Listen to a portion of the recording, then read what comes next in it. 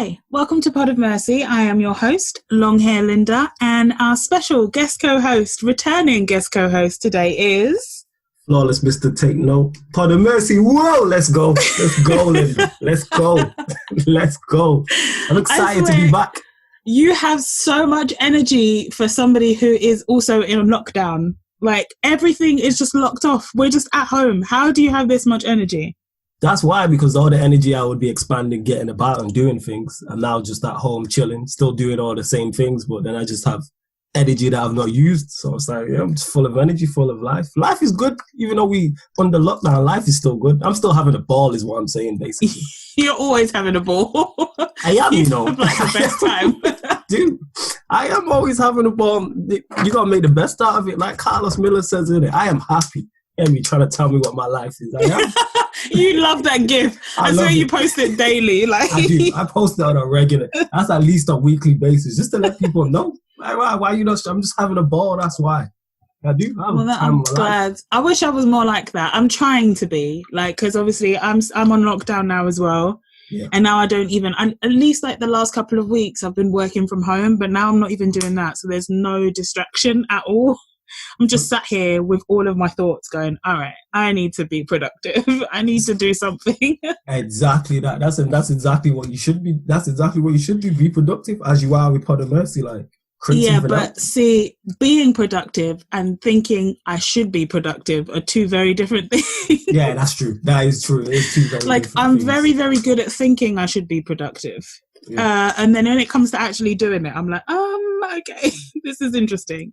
No, I hear that. We'll talk afterwards. After we finish the show, we'll come up with something. Definitely. Come up with a little plan. Well, I enjoy a list. I love putting a list together, as you know. You've seen me and my little list in my phone. That's very true. Very, very true. So what I'm trying to do is do some lists of what I can be doing with all of this time off. And kind of just, maybe trying to just do a little something every day just so that I'm not bored, and because I literally have watched everything from Netflix back to front now. Like, there's nothing I haven't seen at this point. It's ridiculous. So I don't know. Go watch the Marvel films in chronological order or something. This is the thing I'm trying to avoid doing. So I was one of those people that was like, last year when Disney Plus came out in the US, I was like, oh, this is ridiculous. Why do we have to wait? We got to wait till 2020. And then it came out in March, the other week. And I was like, yeah, no, I'll get it. And then I didn't. And then I was like, no, I'll definitely get it this week. And then I didn't. Because I don't want to get it until I'm ready to really sit down and binge the entire Marvel series. I fully understand what you're saying, but you don't even need Disney Plus to do that because all the films are online anyway. Like, I watched Winter Soldier the other day. Like, you love Winter Soldier, you know. Winter Soldier, you know what? It's one of them that, because when I first watched it, like, I wasn't really like a big fan of it. And then I watched it again like a few months back and I was like, for a singular film, like, this is actually fire. So then I watched it again. Because obviously we hold Marvel films to a ridiculously high standard. And especially like when the Avengers assemble. So it's like unfair to compare the singular ones to the ones that they're all together. But yeah, Winter Soldier's fire. This is the point you were trying to make, wasn't it? When we were on, I think it was on one of the Talk About It Network specials. Yeah. You were trying to make this point with Captain Marvel, even though you also didn't like that film, but you were saying to Nick, like, one of the things was the expectation was really high by the time that film was coming out. Yeah. And I think had we not had so much alcohol, we would have probably been able to make that point a bit better. You know what I mean? Like, to be able to say, look, yes, okay, it was never going to be an Endgame. It wasn't going to be an Infinity War. It was a standalone film, and I think personally, any film like that for any of the Avengers, a standalone film in that time that was supposed to fill in that gap. Yeah, it was kind of. It wasn't a lamb to the slaughter because Marvel films are very loyal, but it was just all right. This is going to segue into here, and I think it did its job. That's the thing, and I think it did its job, and also, or as a standalone movie, if you ignore the fact that it's supposed to be part of the Avengers franchise, like we did with a lot of the other films, you're able to enjoy it. Like, I honestly think that's why you don't love the Spider-Man movie so much. I think because if you were just watching it on its own and it wasn't part of the Avengers series, I honestly believe you probably enjoy it a bit more than you do. That's true. But the reason why I'm very critical of Spider-Man films, not only has so many of them been done, even before it arrived in Marvel. Mm-hmm. Like, as a kid growing up, I loved that cartoon.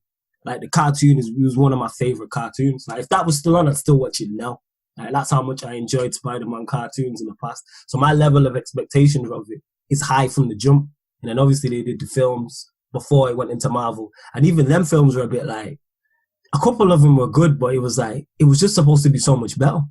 Like, they really dropped the ball. To me, Spider-Man should be like a main character. And I think they just dropped the ball on it. And not so much Marvel. It's because it's been done so many times. Like, how many individual Spider-Man films are there? There's so many. Yeah, I mean, off the top of my head, I can think of, obviously, Tobey Maguire's Spider-Man. And then, what's his name? There was a guy after him as well. Yeah. What's his name? He ended up dating Jane as well. Oh my God, what's his name? Andrew something. I can't remember. I'm terrible with actor names. But yeah, like you said, so Tobey Maguire did 3. The guy after him, he probably had, 2 or 3? So that's 6 already. Yeah. That's 6 already. And then I do like Tom Holland's Spider-Man though. I enjoy Tom Holland as Spider-Man. Because they turn him like, it's just, it's okay. That's what I'd say. It's alright. Like, I will go and watch it, but it's like, I'm not like looking for, like, I'm more, like, if say they did a crossover with Venom, which they spoke about, then I'm interested.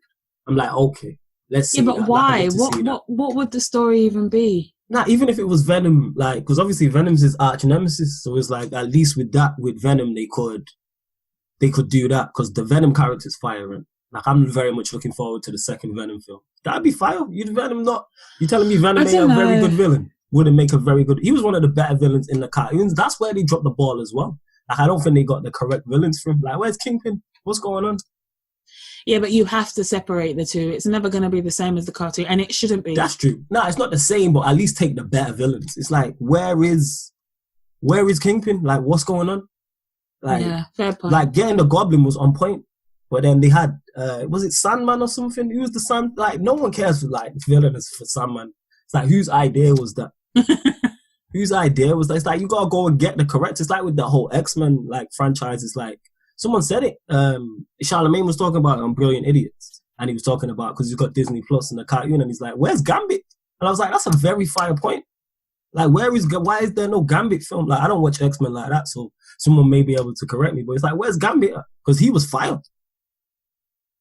See, at the top of my head, I can't even think of who that is. Gambit was the guy with the cards. He used to throw the cards at people. Oh, okay. You see what I'm saying? Okay. I know who that is. He was one of the better X-Men. It's like, where's Gambit?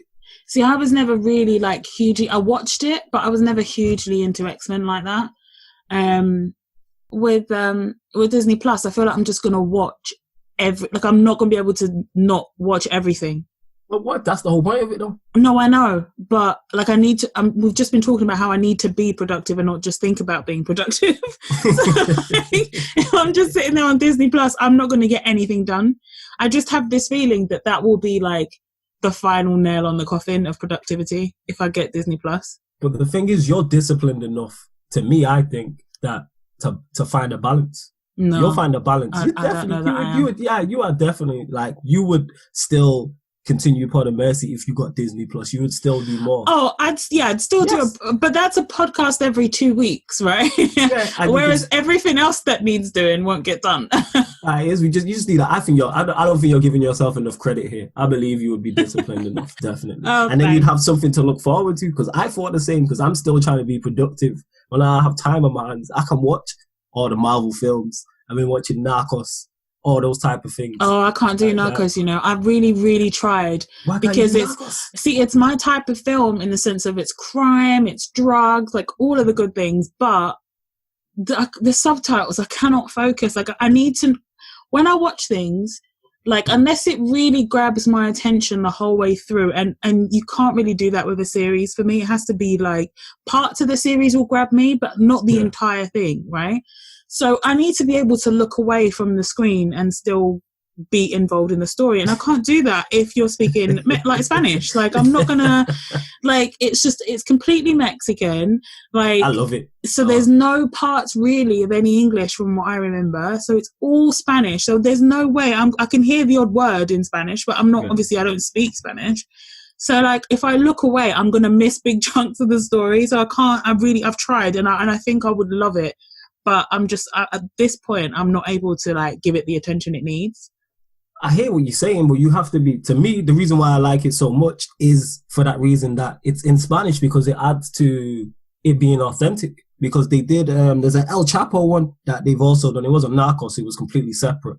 And it's an El Chapo one, and I started watching it, and he was speaking English, and I stopped watching it because I'm like, this is not authentic. Like, you don't sound like that. Like, I want it to. It adds to the realism of it, because obviously we know certain things are like fictionalized and stuff like that, but it adds to it, obviously being in subtitles, and that keeps me focused in. I don't like, because even when they're like say Pablo Escobar is like putting a hit out on someone, in Spanish it just sounds so much more vicious. Like when them man start cursing, it sounds mad when them man start cursing. So it's like in English it just wouldn't have the same effect. Like I don't want to hear you. I don't want to hear you talking in English. Like I like the fact it's in Spanish, and then you have the Americans on the other side obviously speaking English, and again that adds to the whole realism of it. I think that's why I like Queen of the South. Have you ever seen Queen of the South? No, the reason why I never watched Queen of the South, because I went to my cousin's one time and I was watching it, and he was like watching it and I was like half watching it, and I seen like 2 bits, and one was like a guy getting his head caved in with like an ornament, and then I seen another guy getting raped in jail, and I was like, yeah, this ain't for me. I was like, nah. I was like, no, this ain't for me. Nah. It's like, well, that's not the whole show. I mean, there are moments. It's not the whole show, but this was very, very like, because normally with shows like they'll like insinuate that there's been rape, like they won't show the actual scene, and you'll see the guy on top of the girl, then it will stop. You see this guy like fully like getting bent over, and I was like, yeah, this is. I honestly don't even remember that. I was like, but Queen of the South is one of those shows where it is very graphic. But the reason I brought it up was because they do speak a lot of Spanish on there, but only when they're in. So it takes place in Mexico and in the US, obviously. But if they're like in between, a lot of the time they're in the US. So there's obviously a lot of English being spoken. Yeah. So the Spanish is still there for the authenticity type of thing that you were talking about. But I don't have to pay attention the whole time. Do you know what I mean? So at least I can look away. So that's and I love Queen of the South though. Like a lot happens. So I can't even remember the scenes you mentioned because so much happens in every episode. Like it's one of them really intense shows. You know what it is? Nah, you know what show I'm even thinking of? It's not even Queen of the South, but I know it's similar. Sons of Anarchy. I think that's what I'm thinking of. So when you said Queen of the South, that's what I thought of. So now I've never seen Queen of the South, and Son of Anarchy, that's the scenes I was talking about. I didn't even question the things that you mentioned happening in Queen of the South because honestly, there are quite a few. I obviously don't remember that, but like there are quite a few like graphic scenes similar to that. Yeah. Because it starts off with this girl being basically trafficked to the States, and it's like a bunch of women who have been trafficked to the States. So it is like there are very graphic scenes. So that's why it didn't I just assumed that I just didn't remember. It's one of those shows where there's there's stuff that goes on. Yeah, it is. No, I was thinking Sons of Anarchy. That's what I was thinking. No, I've never watched that.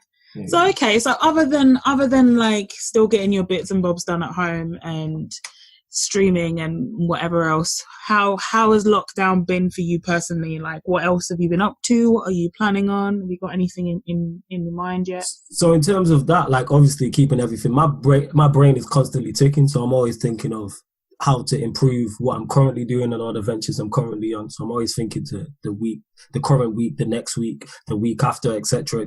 Always trying to think of new ventures as well. And then also as well, what I'm going to do once we are off isolation and outside of lockdown. And I've also been writing bars again, so writing music again, I should say. So that is on the agenda as well. So obviously I've been in Speak to Talks daily as it is anyway. So that's something we was planning on before like lockdown happened. So now this has happened. It's just laser focused everybody in because it's give everyone more time to write bars down, get lyrics together, etc. Dope.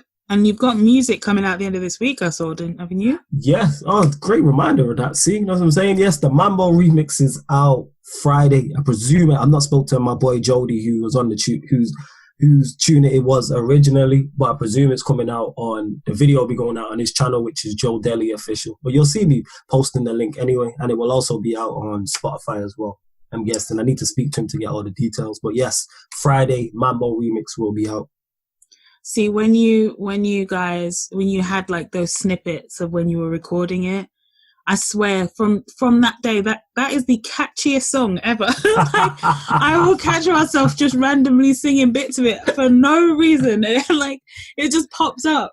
Yeah, it's so catchy. I can't wait to hear the full version. Yeah, I hear that, like, because I've still not seen the video, and I appreciate you saying that as well. It is one of them, like Jody, like when he did the original, because the original's out, you can go check that, people. Like, I told him, I was like, yeah, you've got one here, because he makes them club bangers anyway. Him and shout out to Emperelli as well. Like, they make those type of, so then when the remix happened, it was like, this is just as cold. Like, the remix, you've got one here. Because Tox hit me up and was just like, I'm going to record the remix for this tune. Are you rolling through? So I'm like, yeah, roll through. So I was just like, all right, let me just go do my Tony Yayo shit on the intro. Calm. Like, that was my plan. So I did that on the intro and that. Shouted all over the intro. Great stuff. Tox bodied his verse. Everyone else bodied their verse. And then I ended up writing the back-to-back with Jody in the studio and then putting the back-to-back on the track. That's how that happened. So it just happened in the studio. We wrote it within about 5-10 minutes and then recorded it there and then. Jeez. Amazing. I can't wait. Like I said, I can't wait to hear the full thing because that's probably going to be stuck in my head for eternity now, to be fair. So catchy. Mambo. So catchy. Hey, Mambo. Yeah, it really is catchy. It is. One of the things I've definitely been doing more of on lockdown is being on social media. I don't know if that's a good or a bad thing, though, because it seems like it's just a lot at the minute on social media. It's just, it feels like, like, I don't know if you get this, I get this. So sometimes when I'm around a lot of people, like say we're at an event, like a battle rap event, and, obviously, say hi to everybody and you're like catching up with people that you might not have seen for several months or whatever. But then sometimes, like when there's a lot of people, it's like you get a lot of people's energies all in one go. I don't know if this happens to you, but sometimes I get a bit overwhelmed and I have to just leave, like not leave the whole event, but like go outside for a second or just go somewhere where there's not so many people. Like sometimes everyone's energy coming at you at once is a bit much. And I feel like that's what's been going on social media. Like everybody has time on their hands. Everyone's going on live on Instagram every 2 minutes. Like, that's true. That is very true. And I'm constantly having to click out of people's lives because I've accidentally clicked it because I'm also on my phone 24/7 now. So like I'm clicking on something, I'll be tapping on something and then it'll pop up so-and-so is live and I accidentally tap on that. And then I'm in this live that I didn't even want to be in. So then I'm trying to come out of it. Like, it's a lot. Everyone's just online constantly. And so am I. And so I'm trying to figure out, okay, let me put my phone down for a second. Because this is a lot. Well, there's nothing wrong with being on social media so often as long as you're being entertained. Like, I'm on my phone constantly. But the thing is, I'm being entertained. Like, social media, fun, like anytime anything happens, I go straight there because I know that's where the jokes are going to be. I'm straight to Twitter, typing in the name of whoever or whatever the situation is. And then I'm just going to scroll through some comments and laugh my ass off. That's what that's for. That's true. Twitter is undefeated for the jokes. Like, you're really never going to find better jokes anywhere else. Nowhere else. Like, it's prime. Like, I'm like, all right, let me go on Twitter. And then in terms of people going live, as long as you're entertained, it doesn't really, I'm all about it. It's like, I'm just here for entertainment. I'm not looking for no facts. I'm not looking for no lectures. I'm not looking for, everyone stay indoors. You're going to be okay. I'm like, I'm literally here for entertainment. So I understand people going live all the time. And in terms of you saying you being overwhelmed at like sometimes like a bar rap event and that's just the same again. It's because you're not being entertained. You're hearing like, we from like the bar rap world, we know we're like, people just talking shit. That's basically what it is. These people are boring. Some of these people are talking shit. Some are just boring as hell. Like, we don't have to name names. They know who they are. If you think you're so rude. It's facts though. It's like, okay, you're just talking a whole load of nothing and that. Like, it is, like, there's a reason that you will be talking to the same, you'll be at different events but talking to the same people all the time. You feel I do talk to the same people all the time. You talk to the same people because you know you're gonna get jokes. I know if I come up to you at an event, it's either gonna be funny or you're gonna tell me something I don't know that's happened or something like that. It's never gonna be an issue. It is mostly because I'm just doing shots at the bar. There we go, isn't it? You're there for a good time. Yeah, that's what I'm saying. I know if I go to Linda, this is gonna be a great conversation. You know what I mean? It's like I'm not gonna feel overwhelmed or anything. There's gonna be no issue. I'm not gonna be like, oh, I can't be asked with it. There's gonna be no small talk. That's what I'll say. Small talk.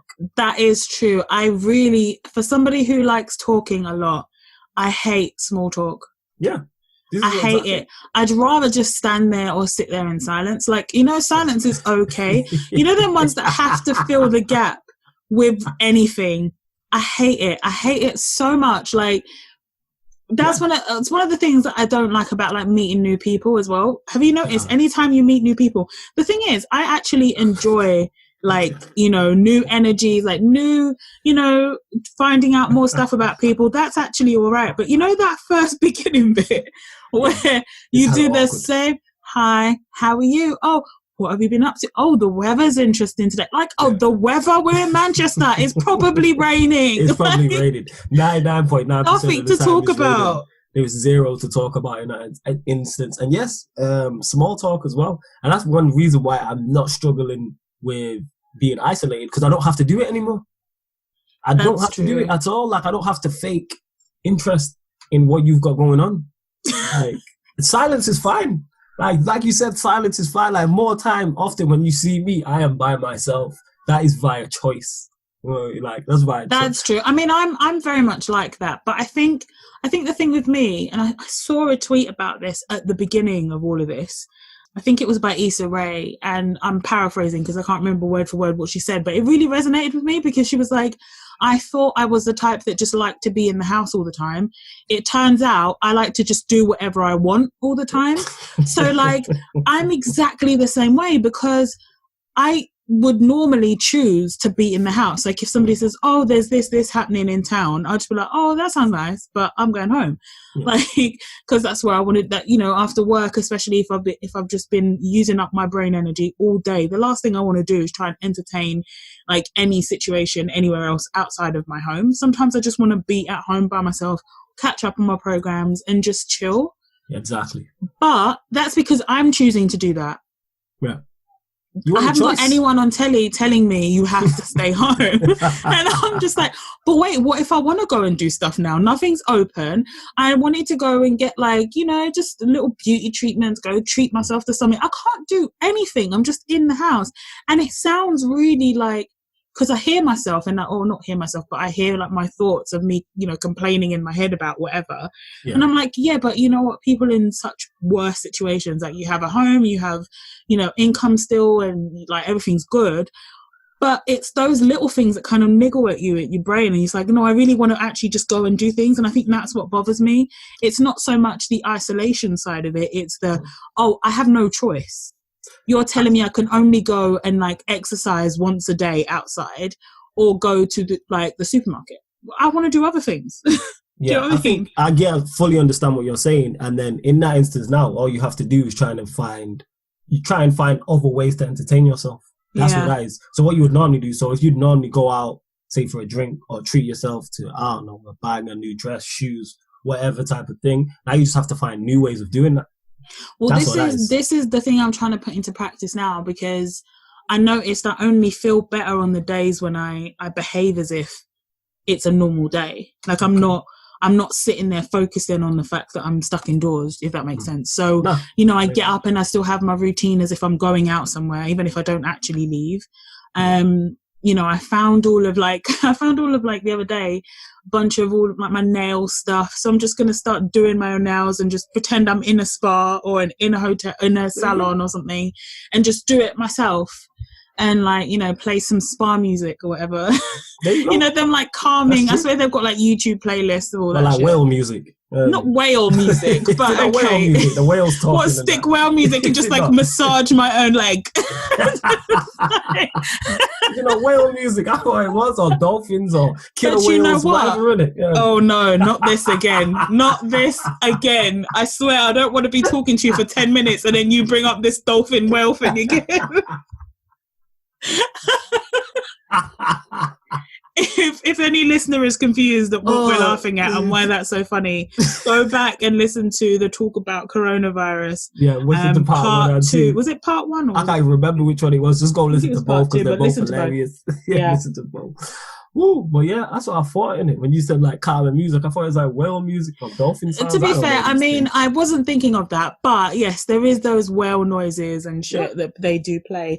And to be fair, I'm already like, I looked around my house the other day, and I was like, I legit said this out loud to myself. Mm-hmm. I was like, Linda, oh my God, you're a fucking hippie. Like, because I came downstairs, right? I was making a pot of oolong tea to bring back upstairs. So I'm sitting here with like I've got it right now as well, I'm looking at it, with my like infuser teapot of like Chinese oolong tea.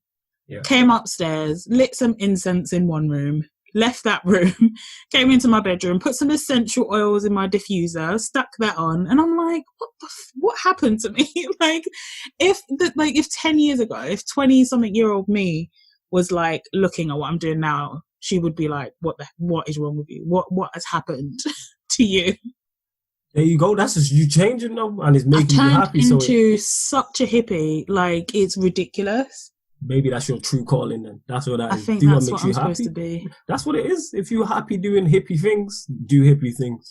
And to be fair, meditating, which I used to think was super hippie and didn't work, at least not for somebody with like my type of brain that doesn't switch off, actually has been really helpful on certain days to me. See, there you go. There you go. So maybe I was always a hippie in spirit and just didn't know. There you go. Maybe it was your true calling, and now you're enjoying yourself doing hippie things. I'm trying, relax and do more. I'm actually going to try and put some of that whale shit on. See if it helps me. It might help. That's what you have to do. Just find other ways. And that's for anyone. Just find other ways to entertain yourself. So everything that you was doing, like obviously before isolation. Yeah. If you can't do it now, just try and find. Just like modify it. Other things or modify it. That's what you have to do. Like, yeah. Like if you were creating content before, now my idea is just like, all right, how do I create more content from home? And think to the future as well. All right, what are you going to do when you get out?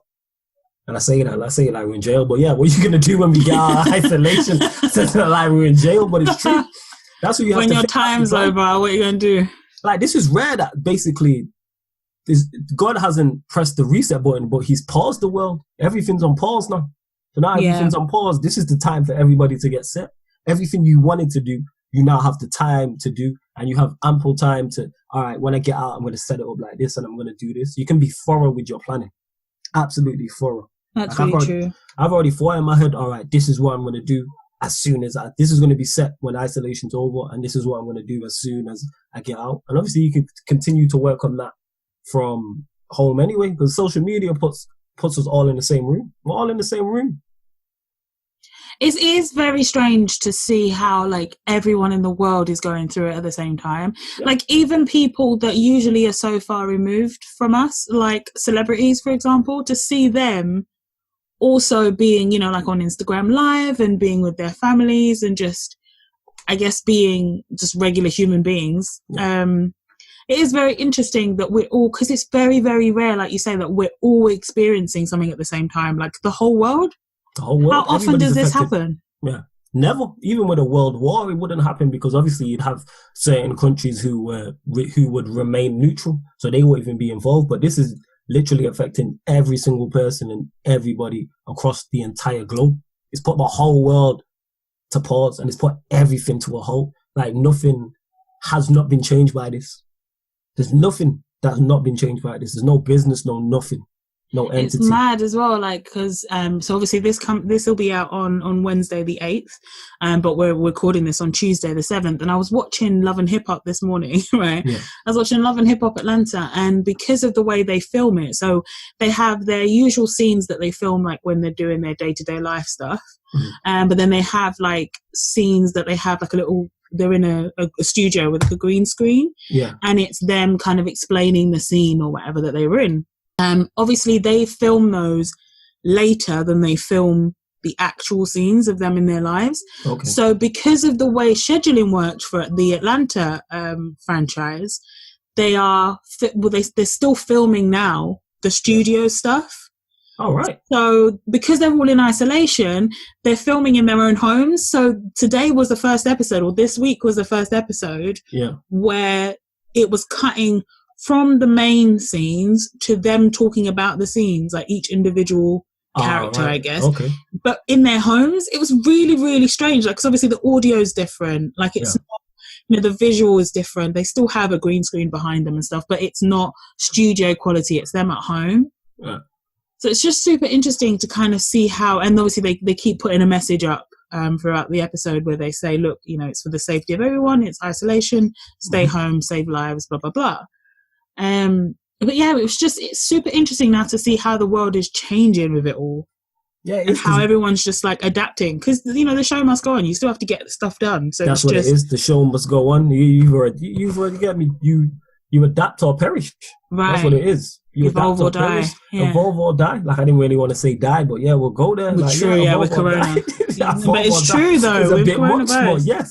I was going to say adapt or die, but I thought that's a bit much. So I said adapt or perish, but yeah, evolve or die is the same type of thing. And back to your point of celebrities being now in touch, because that's put celebrities and people on, people of a high profile, they're in our realm now. So they have to go to a YouTube, a Zoom, a Skype to record, and whereas so much they was on TV, so that was their let out. But now TV is, YouTube is pretty much TV now. That's what I've noticed, and this is before isolation. But even more so, there's certain shows I know come out on certain days, and I'm like, all right, so this is out on Monday, so I'm gonna watch that on Monday because I know it drops Monday afternoon. So that's the same programming as TV. I used to think, oh, this is coming out on this day. And podcasts are like that as well. Podcasts are like that, yes.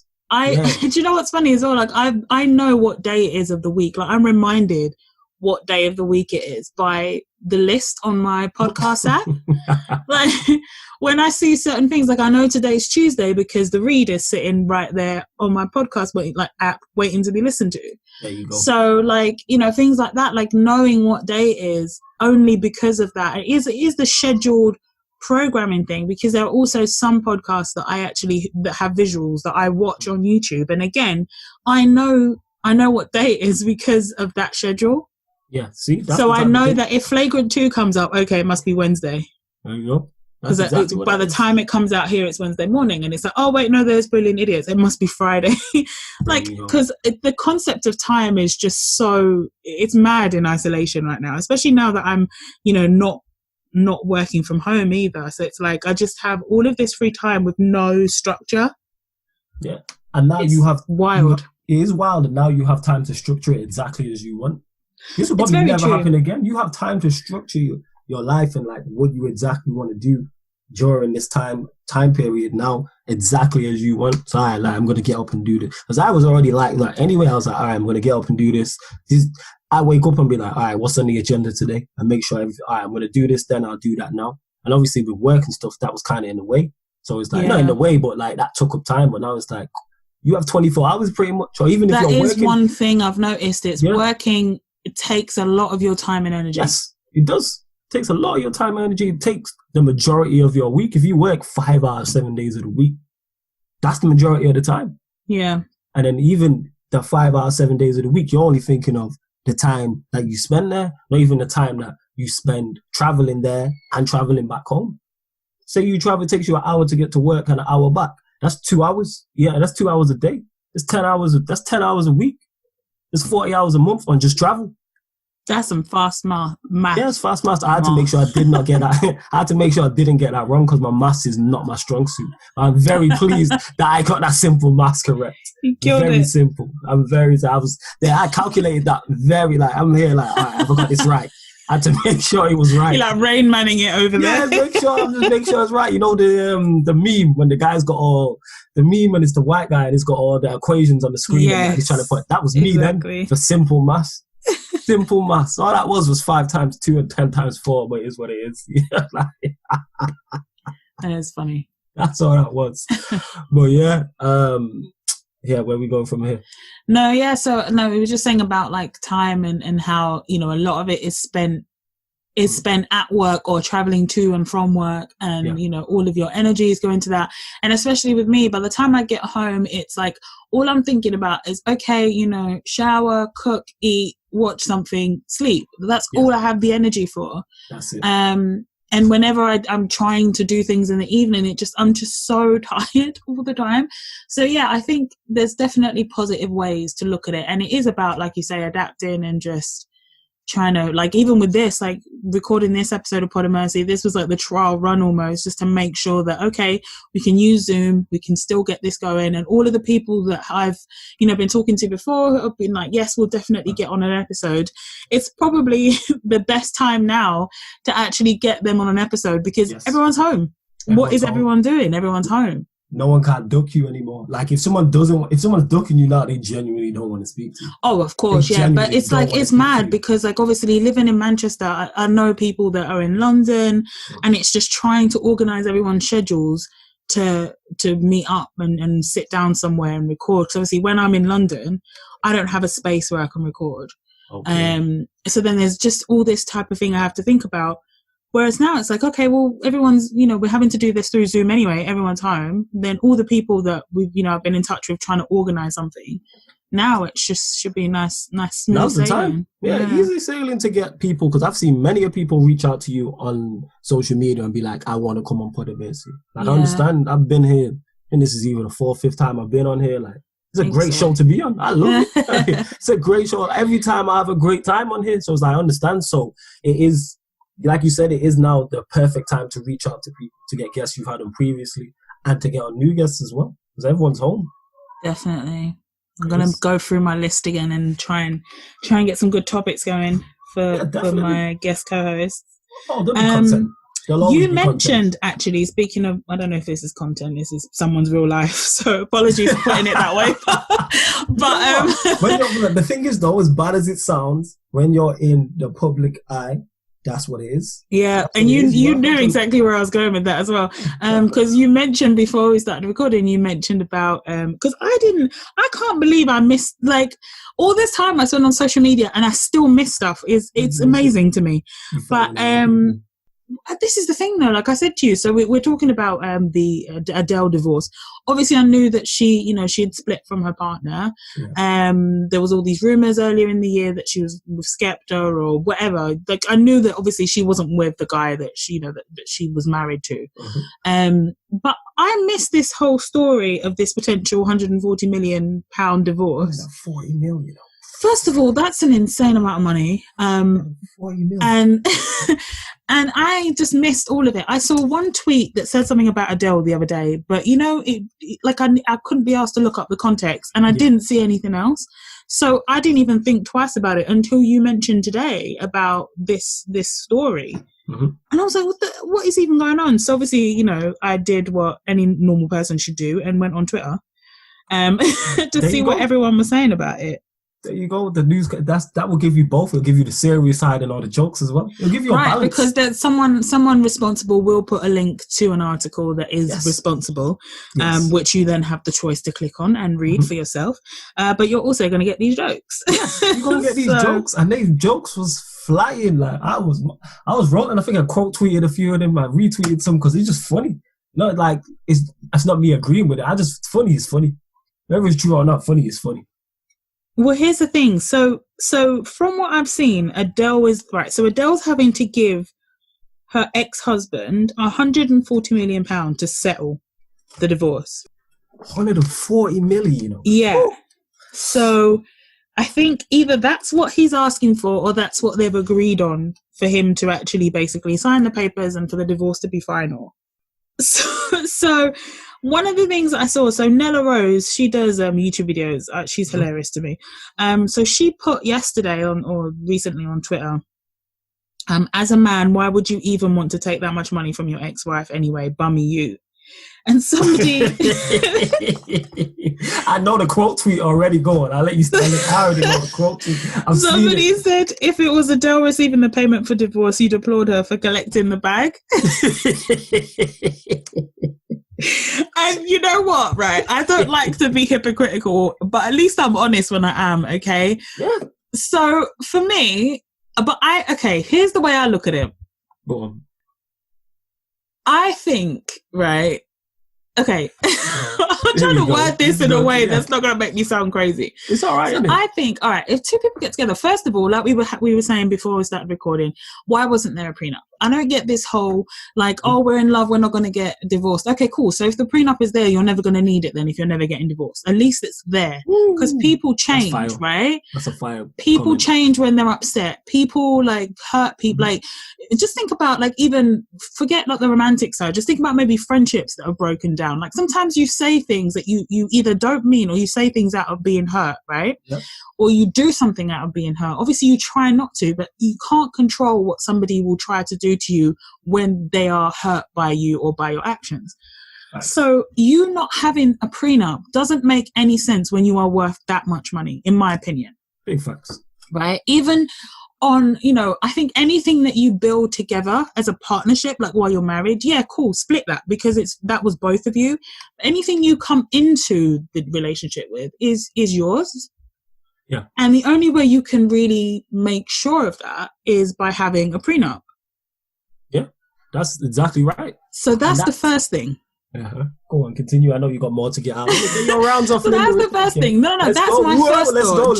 Just to be very, very clear. Just to be very, very clear, I think it's insane that there was no prenup there. Somebody who's done as much as Adele, who's worth as much as Adele, it is insane that there is no prenup there. But cool, that aside, 140 million pounds. This guy, don't piss me off. I would be, listen, I would want to jump the table and strangle this man. 140, what did you do for 140 million pounds? Put this into perspective, right? As a man, what could you have possibly done outside of working to get 140 million pounds from somebody just because you were married to them? I'm fuming. Now, when it's the other way around, I understand it. Oh, is it? So it's the other way around, you get it. Go on, continue on it. I want to hear this. Relationships are a lot harder for women.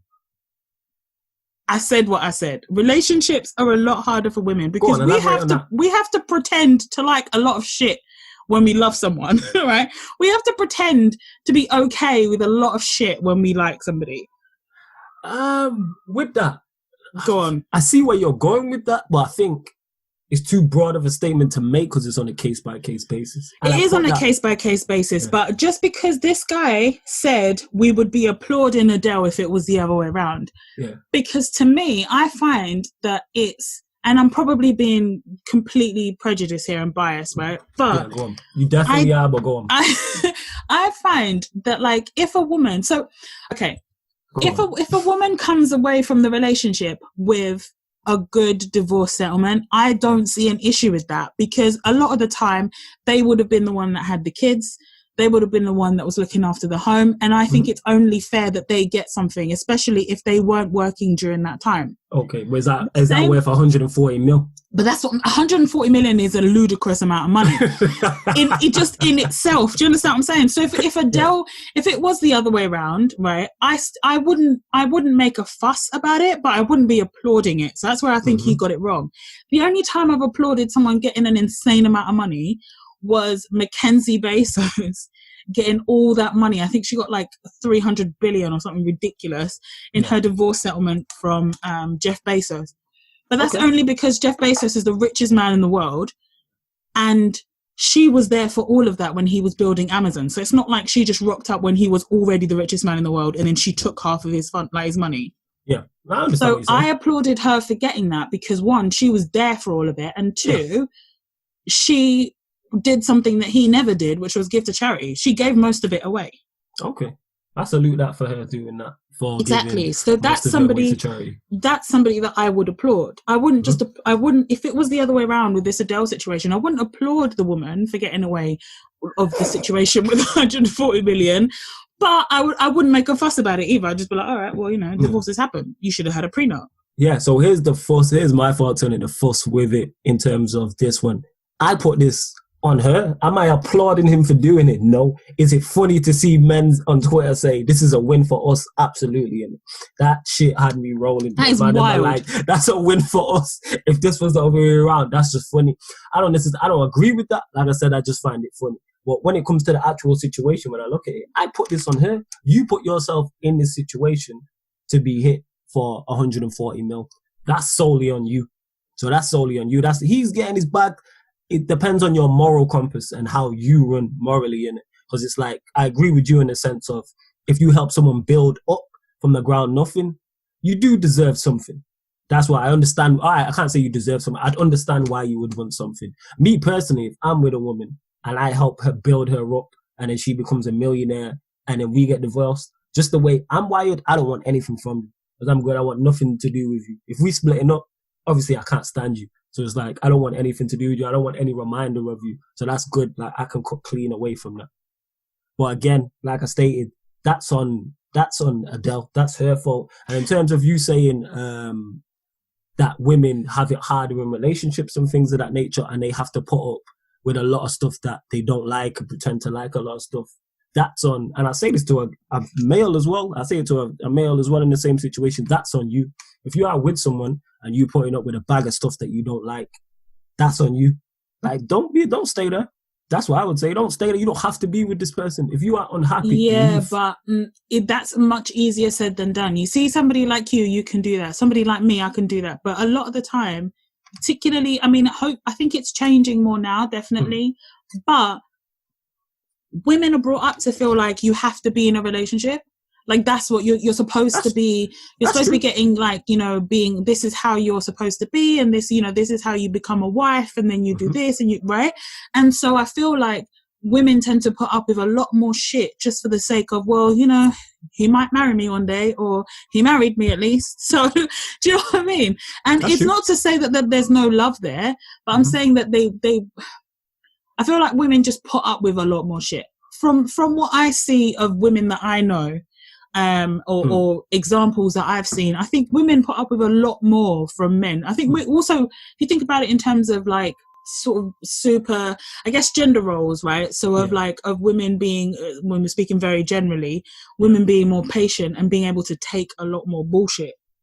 Yeah, because yous are emotionally, and this is not me making an excuse for men, yous in general, in more terms, are more capable of taking, what's the word I'm looking for? You're more capable of taking emotional things happening to you. Like, we can't take that.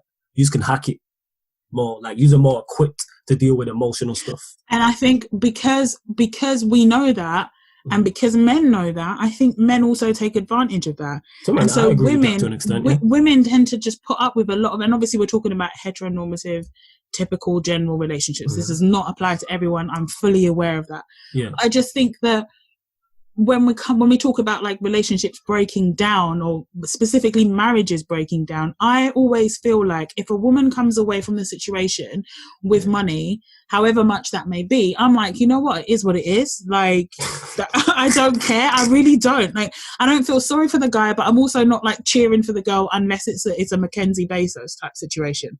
I'm not, you know what I mean? I'm not. But when it's a guy, I feel especially pissed off, because I know that he would have had to get something, right? Because obviously they have a son together.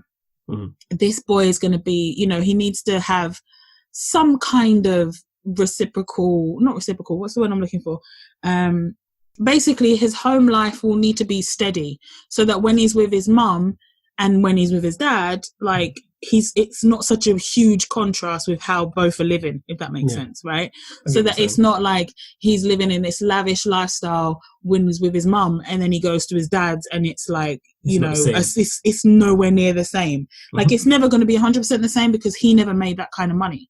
There you go. But it shouldn't also be massive, like a big contrast, like living outside of a van or something. Do you know what I mean? It should never be that bad. I get what you're saying with that. So he would have come away with something, and he should have come away with something. But to me, 140 million just really sounds like a slap in the face. It really is. But like really I said, I can't be mad at him for being an opportunist and getting it right. That's her error.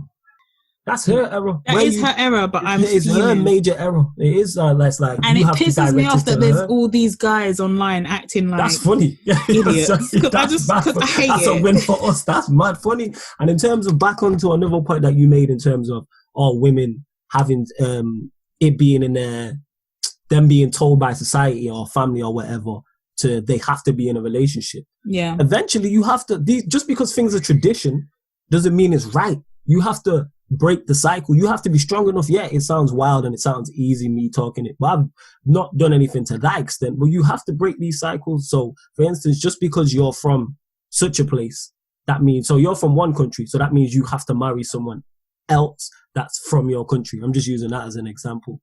But if you meet somebody else who makes you completely happy and they're not from the same place as you, what, you're not going to be happy and not marry them? What, because your family want you to, or society tells you it's no? It's like, be happy.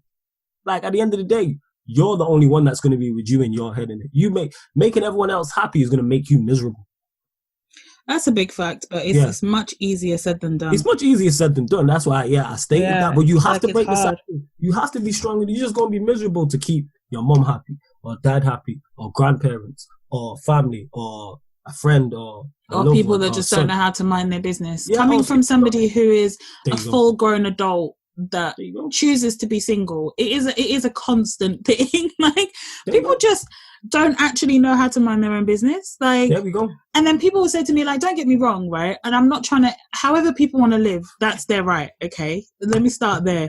But what's funny to me is when I see, friends and co-workers, on these Google Hangouts and stuff, when you lot are aging like milk in the space of a week because your kids are driving you insane, being there 24/7, and I'm here and I haven't left my bed yet.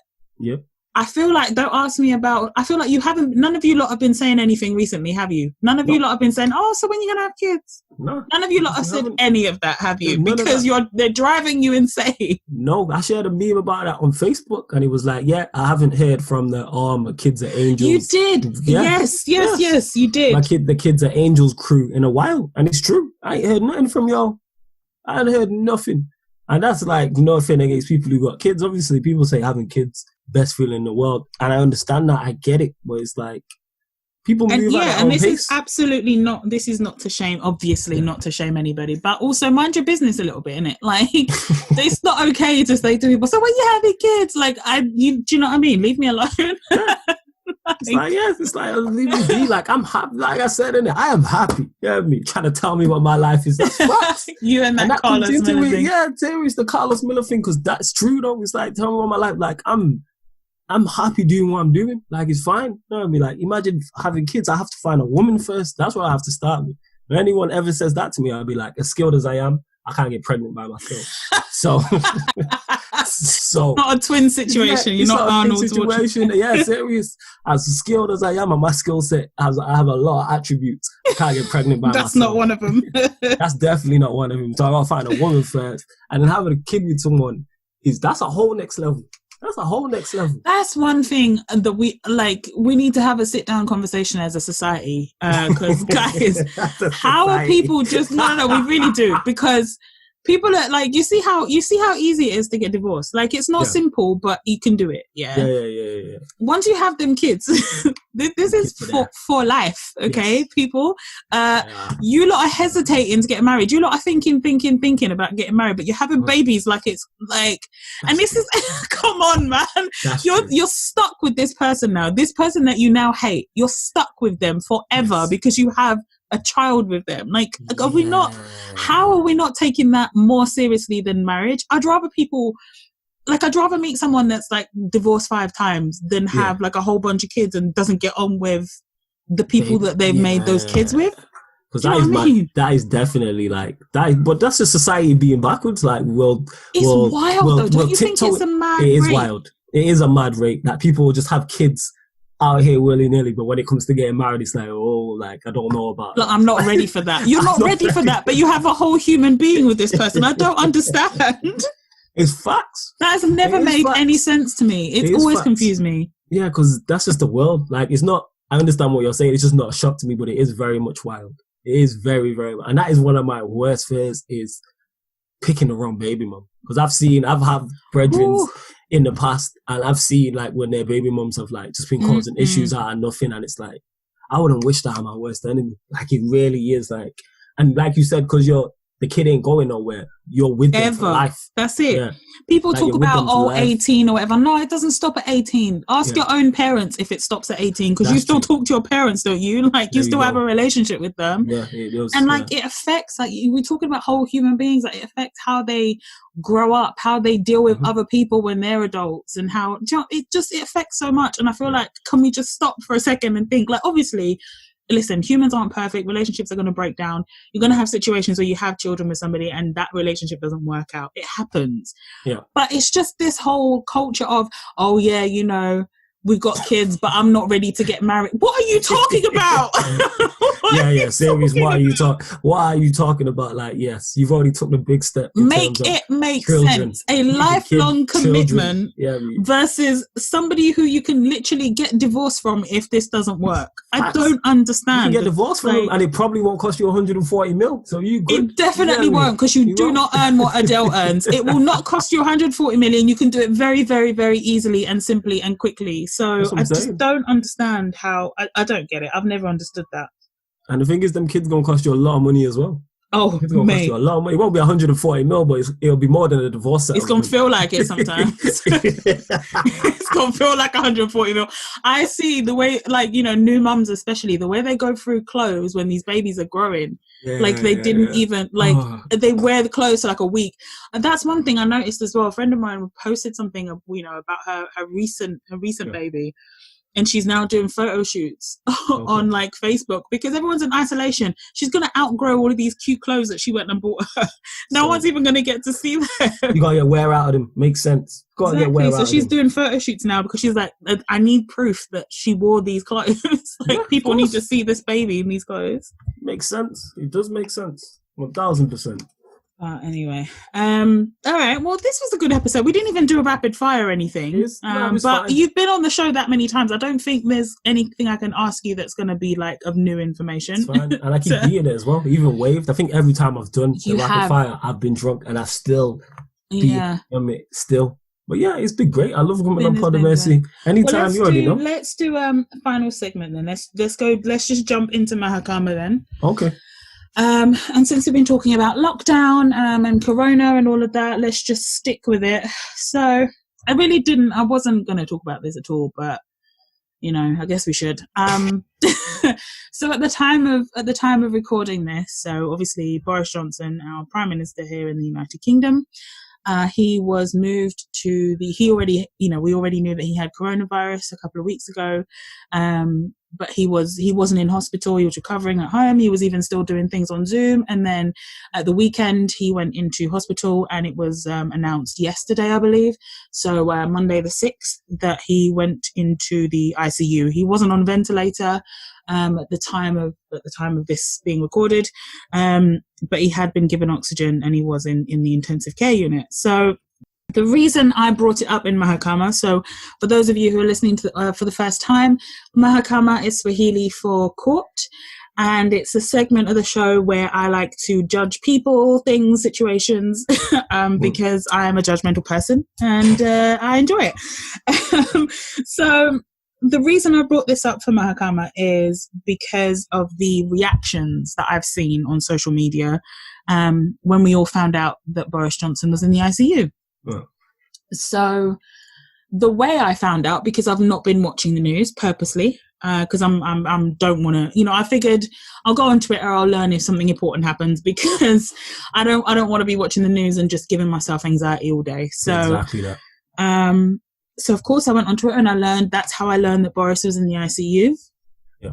And that's because I think maybe 10 or 11 of the 20 worldwide trends were all related to Boris.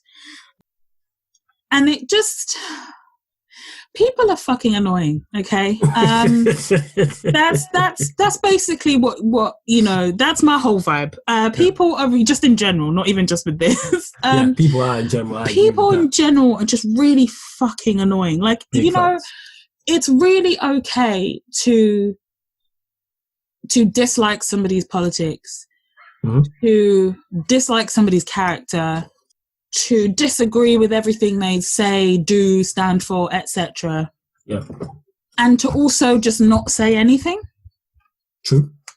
Like, it's really fine. Like, you can, see some news that doesn't affect you personally, but, affects the wider society to an extent. And either not comment or comment. You can, do whatever you want. But what we need to get away from, in my opinion, is this whole, like, I don't agree with this person, so they defo should die, and this person should die next. And then you've got these other people that are like, well, you shouldn't do that because this is our prime minister, and, like, we should hold him up in all high regard, and everything he's done in the past, it doesn't matter because, well, like, shut up. Just everyone shut up for a second, please. Everyone shut up, innit? Just shut up. Like, honestly, I know, and I know it's Twitter, and I know it's not the place to go when you want people to shut up. It's, in fact, the opposite place to go when you want people to shut up. But it's people just want to argue for the sake of arguing. People just want to just get their buzz off, irrespective of how that would make somebody else feel or how that would come across. Like, people are just not thinking. Everything is a knee-jerk reaction. Yes. Like, you can go on Twitter and see that Boris is in the ICU and not feel a way about it. But if you don't feel a way about it, maybe just don't say anything. There you go. That's what that is. Yeah. If you're not bothered either way, don't say anything. Don't come on there to then tell somebody how they should be reacting because they are wrong. And then that person then gets in their feelings, and then this one's in their feelings, and you're both arguing about something that, like, really? Yeah, that's true. It's true. And I understand when people are saying, look, stop wishing death on people, because that is wild. You can't say that you're for people and you're against the Tories because of how they kill people off with their austerity measures, but then still be like, yeah, but I hope Corona kills them. Like, wait, make it make sense, please. What are you talking about? The reason you don't like them is because the things that they do kill people, harm people, or impoverish people. So why are you then wishing that same thing on? That doesn't make sense. It makes no type of sense. But so I understand why people were like, okay, chill out. Like, stop, you know what I mean? Stop wishing death on people. But then I also don't want to have clap for Boris. I'm not clapping for Boris. I'm just not, okay? I don't. Yeah. I wish him well. I wish him a speedy recovery. I hope he can breathe by himself and he gets better and he beats this virus. 100%. I do. I don't wish that on anyone. I'm not going outside my door and clapping for this guy, though. No. Because he's still Boris Johnson. Yeah. And you disagree with his policies and that, you don't have to. Right. That's very silly. Yeah, it's very silly of people to be like, because he's in the prime minister position, you can't feel any bad feelings toward him, and that's incorrect. You can not like this man because of his politics. Like, saying he should die is a bit too far. But I understand, like, if you come out with racial comments, which he has done in the past, I could understand why people are not, I wouldn't say happy about you being ill, but they feel no way and why they don't want to clap for you. Right. That's what it is. Like, what was the term you used? You used the racial term. Was it? The term was so old. Oh, which one? He said pickaninny smiles. He said watermelon smiles. He said the letterbox thing. Man, he said so much. This is what I'm saying. But I wanted to use the pickaninny one in particular because I didn't even know that was a racial slur. So I'm like, how ingrained in your DNA is your racism to the fact that yeah, that's old school. Old racial terms. Like, he's using proper old school. Like, it's like, yeah, using proper old school. So that's how far back that goes and how long you've had these racist thoughts and feelings inside. So it's like, hearing that, you have to understand why certain people will be like, I'm not clapping for him. That makes perfect sense. It makes perfect sense. I understand why certain people wouldn't want to clap for Boris. Also, I don't understand the whole clapping anything. Yeah, I really, honestly, I'm genuine. And I know it sounds kind of shitty because that's why I didn't even bother saying it on Twitter, because I was like, you know what, if you don't want to clap, clap.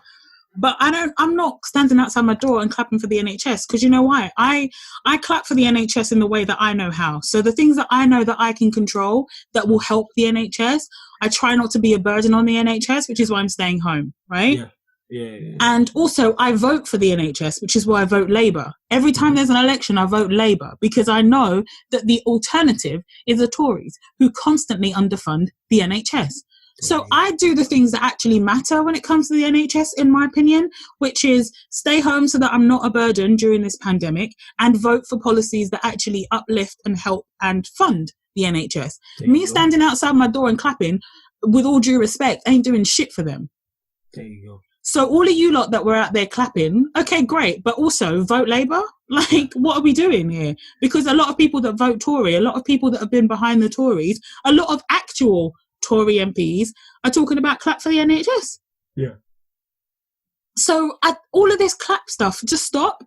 Because we're not clapping at a concert. We're not. Like, I don't understand why we're just out here clapping, but we're not actually doing the things that matter. It's all for show. It's all very, very inauthentic.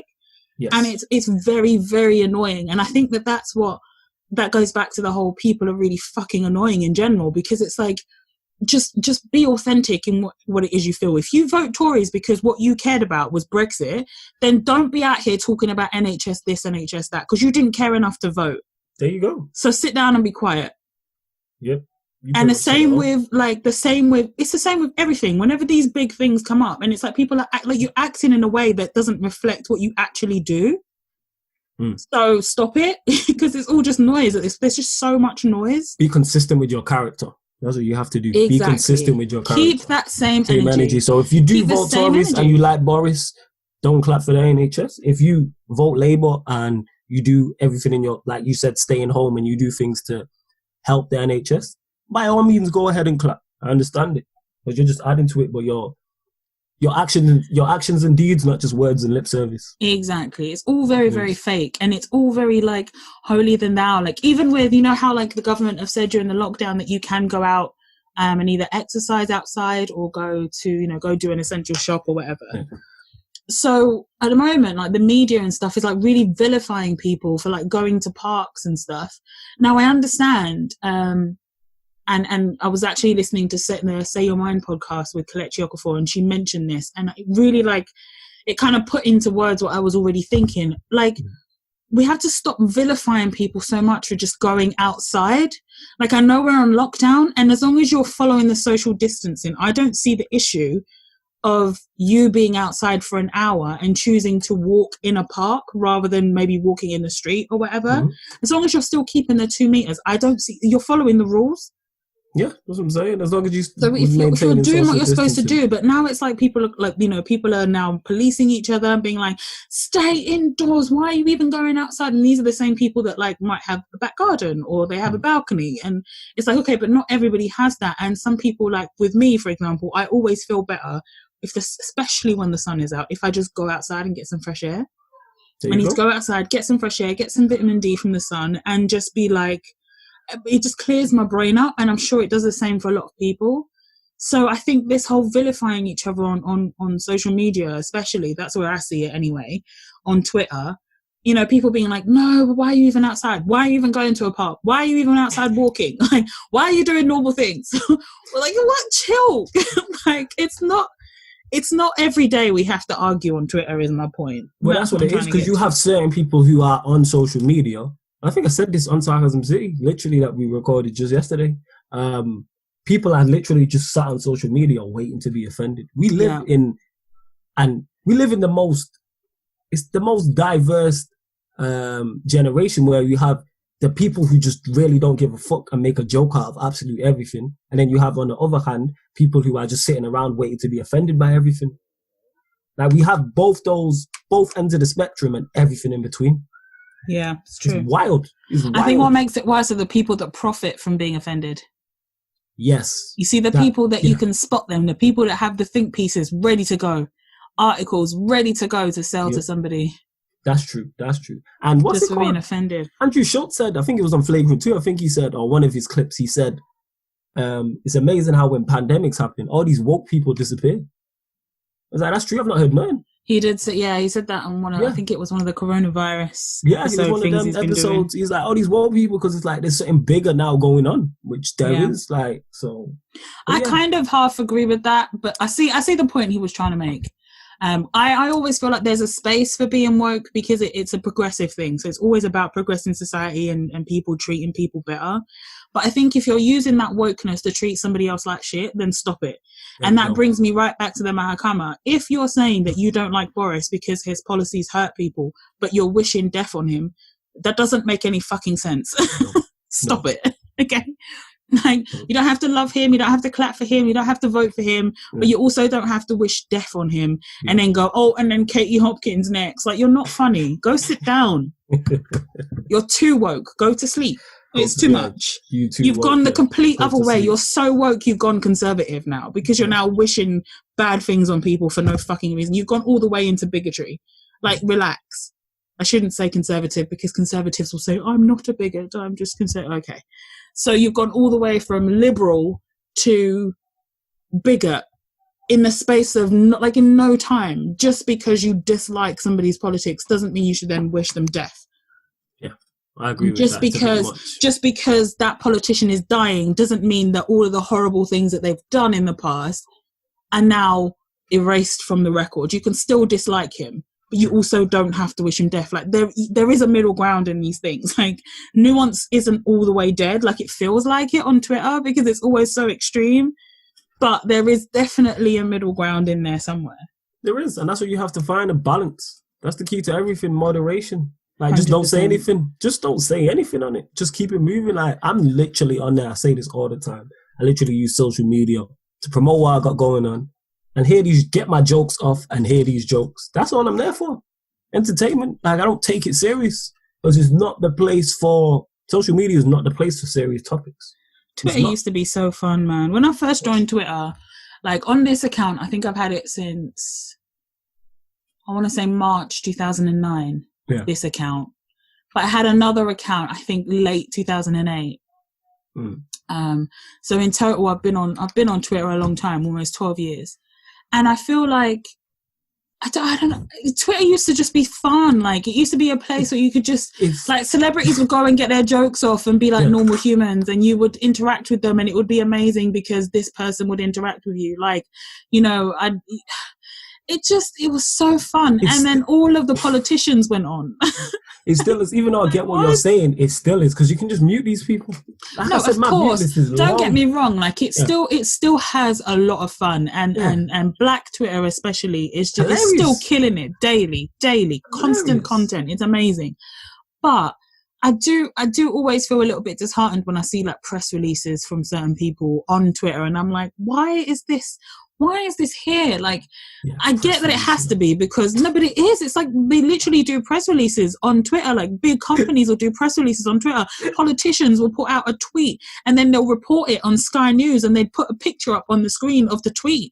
And I'm like, what is going on? Yeah, like, this is not the place stop for it. This. Like, but then I find myself feeding into it as well. Like, I'll be having fun and then something serious, I'll see something serious on my timeline and I'll be like, I'll comment on it as well. And I'm like, shit, why did I do that? This is Twitter. It's supposed to be fun. And I literally do it all the time, because it's now what Twitter has become. Twitter has become the everything place, whereas it used to just be fun and just be silly and jokes, and now it's the world. The world has gone into Twitter now. It's too much. But then that's when you get great, because all the time when there's a press release, well, not all the time, majority of the time when there's press releases and something serious happens, we always get a quote tweet that's a joke that is absolutely golden and thousands of people retweet. There's always one. And I'll always see the caption of it, because I'm not really following people like that, so I don't really get the retweets, but there's always a caption, or someone I know will retweet it and it will come up on my timeline, and I'm like, that's hilarious. So you always get the moments, like I said before, you get where we have, especially on Twitter as well, the people in the world who just don't give a fuck, and anything could be happening. We could find out, right, the world's going to end in 20 minutes. People will have their memes and jokes ready. People will put the Jordan face on the earth. Like, people don't care. Like, that's what that is. That meme was so good that Jordan literally said it was at the Kobe funeral, wasn't it? It was saying he's now going to end up being another meme. Yeah, he's going to be another meme. It was that big off the strength of Twitter. Yeah, off the strength of it. And it is great. Like, social media is the best and the worst thing at the exact same time, because when people and corporations make wrong decisions, Twitter especially, it can be, you can be, how do I put this now? You can be shamed into making the right decision. Like Liverpool FC, the football club, they put their all their staff on like furlough and that, and there was outrage across all social media, and they reversed the decision. Did you really just bring football to Pod of Yeah, Mercy? man, I had to bring it because that's a great point. That's a great point. No, it is a great point. Exactly. I'm full of him. That's a great point. Like, even, for instance, when the Sonic film, you know, when it was first like released, yeah, and they had the digital Sonic, and everyone caned the Sonic, so they changed Sonic. Hey, those jokes were hilarious, though. They changed Sonic. Amazing. Like, imagine that, because if this was before social media times, 20, 30 years ago or whatever, they just put that out and it just gets trashed, but they keep going. But they seen the response to that. I was like, nah, this can't run. That's very true. This can't and run. Another good thing is, because I saw, because we were talking about the NHS, I saw recently, I think I posted it on my Instagram stories, because I saw a link that had been posted by somebody and retweeted by a bunch of people, including celebrities and stuff, like British celebrities, a link for volunteering for the NHS as a responder. So there's a couple of different roles that you could do to volunteer. So I clicked on the link to go and submit an application, and literally it was full. They were like, we've had over 750,000 applicants. So we're going to deal with them first, and then we'll open it up again, maybe in a couple of weeks. And to see that, that many people choosing to volunteer, applying to volunteer for the NHS, there are moments where I get stuff like that, and I'm like, okay, maybe humans aren't so shit. We have the occasional hit track. We have our moments. Yeah, we have our moment. Mostly we trash, you know what I mean? But we have our occasional. Yeah, mostly we trash, but we have the occasional moment when you're like, wow, there is sensible people out here. There is genuinely people who want to help out here. There is. Yeah. All right. Well, let's leave it on a positive then, because otherwise we can just keep going on about how shit everyone is. Let's leave it on a positive. I like that. Let's leave it on a positive note. Yes, let's leave it on a positive note. Well, thank you so much for doing this again. I swear you're like a regular. At this point, it's our show.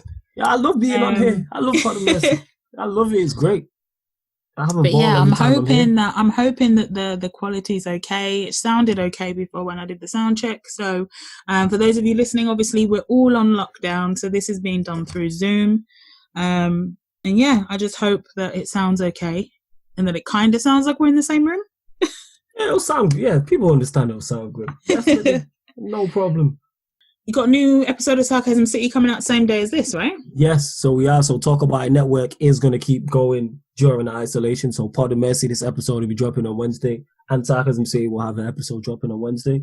We're going to continue as well throughout isolation. Sarcasm City episodes will continue to go out, and it'll go back to the regular day of Tuesday. Dope. And also the other podcast on the Talk About It Network is Redline Picture Podcast. Check them out. They usually put out episodes on a Thursday, I believe. Yes, that's correct. So yeah, go find them. They're always hilarious. They are. Alan, Mike, and Nick. You lot will, if you've listened to Pod of Mercy, you know exactly who the fuck Nick is. Yes, you know exactly who Nick is. I need to go over there as well. Actually, Redline Picture. It's been a while since I've been a guest over there. I do want to work with them. Man. I'm actually a little bit afraid because no, you know me, I have no the thing is, I know this is going to come as a shock, but I really don't even drink that much. Like, I don't drink that often, but when I actually when I'm around people in a social setting and I start drinking, it's like I don't know how to be like, okay, don't do this extra shot, this is stupid. Yeah, that's what I is. But you know what, this is now the perfect time to go over there because we're in isolation. So that's how you do it. Just do it via Zoom or something. Then I can control myself. Yes, you can control yourself. There you go. And I can just have the red wine that's in my house and I'm not sitting there doing shots. There you go. See, this is right. Man, listen, this lockdown is going to be good. I feel it in my bones. I like this. Let's go, Linda. I like this. I like that talk. Yes. This lockdown going to be very good. All right, guys. Well, thank you so much for listening this week. I know the schedule was a bit off because we had an earlier episode because we had a two-parter last time with Nick and with Flawless. But new episodes out every other Wednesday. Follow at Pod of Mercy on Twitter, Instagram, and all that kind of stuff. And I'll catch you on the next one. Bye.